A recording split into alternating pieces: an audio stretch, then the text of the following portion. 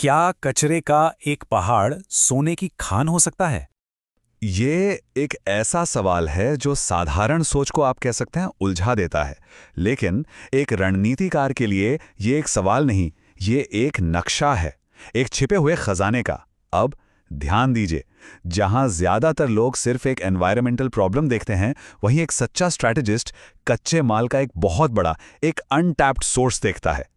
हर साल भारत में करीब 3 से 5 लाख टन प्लास्टिक कचरा पैदा होता है। अब ज्यादातर लोगों के लिए ये एक डरावना आंकड़ा है ना? लेकिन एक एंटरप्रेन्योर के लिए ये एक बहुत बड़ा बिजनेस अपॉर्चुनिटी है। समझिए, ये सिर्फ एक नंबर नहीं है, ये एक पूरा एम्पायर खड़ा करने का रॉ मटेरियल है। लेकिन असली खेल तो अब शुरू होने वाला है। तो हमारी कहानी का हीरो कौन है? वो है पीट बॉटल। और इस बिजनेस की पहली और सबसे जरूरी सीढ़ी वो है इसे गहराई से समझना। पेट मतलब पॉलीएथिलीन टेरेफ्थलेट। ये एक ऐसा प्लास्टिक है जो ट्रांसपेरेंट है, स्ट्रांग है और वजन में भी बहुत हल्का है। लेकिन इसकी सबसे बड़ी ताकत क्या है? वो ये कि ये 100% रिसाइक्लेबल है।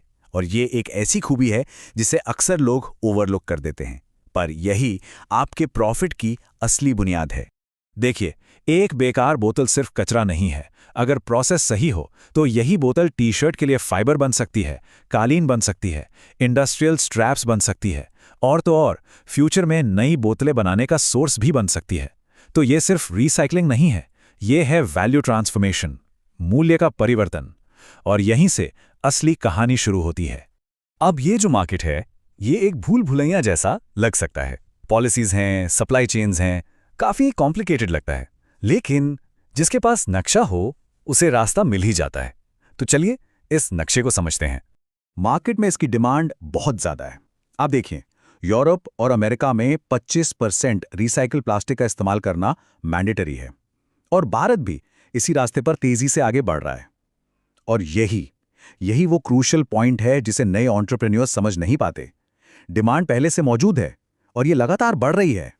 और इस रास्ते पर कोई अकेला नहीं है। सरकार की ईपीआर पॉलिसीज वो आपके पक्ष में है।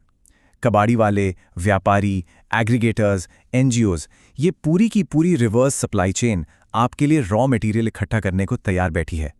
ये एक बना बनाया इकोसिस्टम है।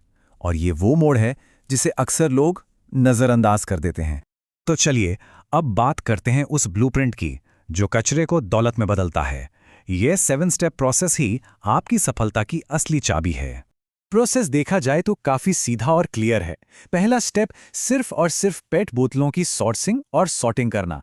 उसके बाद लेबल और ढक्कन हटाना। फिर आती है हॉट वॉशिंग, यानी गर्म पानी और डिटर्जेंट से धुलाई, ताकि सारी गंदगी और इम्प्योरिटीज निकल जाएं। इसके बाद श्रेडर मशीन से बोतलों को छोटे छोटे फ्लेक्स में बदल दिया जाता है और आखिर में उन्हें सुखाकर बेचने के लिए पैक कर दिया जाता है। ये एक सिस्टमैटिक असेंबली लाइन है, कचरे से कैश तक। और यहीं पर सबसे इंपॉर्टेंट स्ट्रैटेजिक एडवाइस काम आती है। ध्यान दे, ग्रैन्यूल्स पर नहीं, फ्लेक्स पर फोकस करना है। प्रॉफिटेबिलिटी की तरफ ये पहला और सबसे पावरफुल स्टेप है। क्यों? क्योंकि इसमें इन्वेस्टमेंट कम है और प्रॉफिट ज्यादा। तो आगे बढ़ने से पहले इसमें मास्टरी हासिल करनी है। और इसी पॉइंट पर पूरा खेल बदल जाता है। देखिए, एक सफल लड़ाई के लिए सही हथियारों की जरूरत तो होती ही है। इस बिजनेस में वो हथियार हैं सही मशीनें और एक सॉलिड स्ट्रैटेजी। अगर हम 100 किलोग्राम पर आवर के प्लांट की बात करें तो मशीनरी में टोटल इन्वेस्टमेंट करीब 18 से 25 लाख रुपए का होगा। अब एक बात पर ध्यान दें, ये एक ऐसा इन्वेस्टमेंट है जो प्रोडक्शन के हर स्टेप पर आपको पूरा कंट्रोल देता है। तो ये सिर्फ एक लागत नहीं है, ये आपके एम्पायर की नींव है। मशीनों के अलावा और क्या चाहिए? करीब 3000 स्क्वायर फीट की जगह, 6 से 8 लोगों की एक टीम और एक 30 किलोवाट का पावर कनेक्शन। और हाँ, सबसे जरूरी, पानी की एक कंसिस्टेंट सप्लाई और एक वाटर रिसाइकलिंग सिस्टम। क्योंकि याद रखिए, रूल्स को फॉलो करना एक स्मार्ट बिजनेसमैन की निशानी होती है। ये सिर्फ माइंडसेट की बात नहीं, ये बिजनेस स्ट्रैटेजी है। तो ठीक है, अब आते हैं फाइनल रिजल्ट पर, यानी प्रॉफिट, जो हर एंटरप्रेन्योर का अल्टीमेट गोल होता है। लेकिन प्रॉफिट कैलकुलेट करने से पहले एक हिडन वेरिएबल को समझना बहुत जरूरी है। देखिए, 100 किलो बोतलें खरीदने का मतलब 100 किलो फ्लेक्स नहीं होता।